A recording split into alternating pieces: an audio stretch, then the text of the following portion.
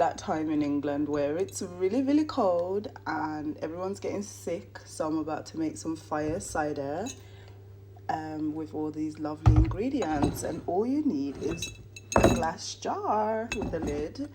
And these lovely, I've added my own little ingredients because obviously this is predominantly for me and my children, and we don't really F with the spicy stuff, so I haven't put too many spicy stuff in there, but all the stuff that will help for colds and flus and bugs and sicknesses is definitely going to go in there. I'm going to start off with my dried stuff first. So some soursop leaf, pop that in there, and then I'm going to put also some hibiscus that will help with the flavor as well. We've got some thyme. So I'm putting all my dried ingredients first, and then I'm going to put my wet ingredients after. Soursop leaf, hibiscus, and some thyme. And now we're going to put in our turmeric powder. You can use turmeric roots if you want, but that's if you're trying to like ferment the whole thing for a longer process. But if you want to do it, like if you want this to activate faster, you can use turmeric powder. Some turmeric powder in there. And then now we're going to add our wet ingredients. So I've got some jalapenos, lime, lemons, a ginger, and some red or purple onion. And we've also got some mint. This is going to be spicy. Lemon, jalapenos. Make sure they all go in there. Do you know what? I should put my mint in there now. And then we're going to add your mint in there. I don't want to do this backward. Then you're going to add your limes, stuff them in there, and then your red onion. Just stuff it in there. Just stuff it in there, you know, just make sure it just all goes in there.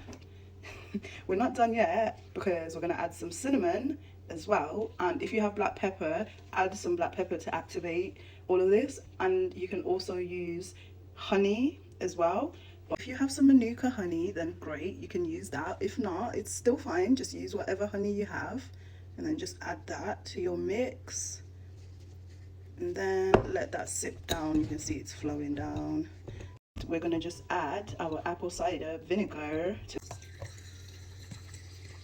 So you just want to fill up this jar with your apple cider vinegar, and when you're done, you're going to put this jar in a dark space, room, cupboard, and leave it there for about 6 weeks. You obviously can have this before 6 weeks because we've used the turmeric powder instead of the root. In the grand scheme of things, you should be able to drink this after a few hours if you store this in a dark cupboard, maybe for about 6 hours.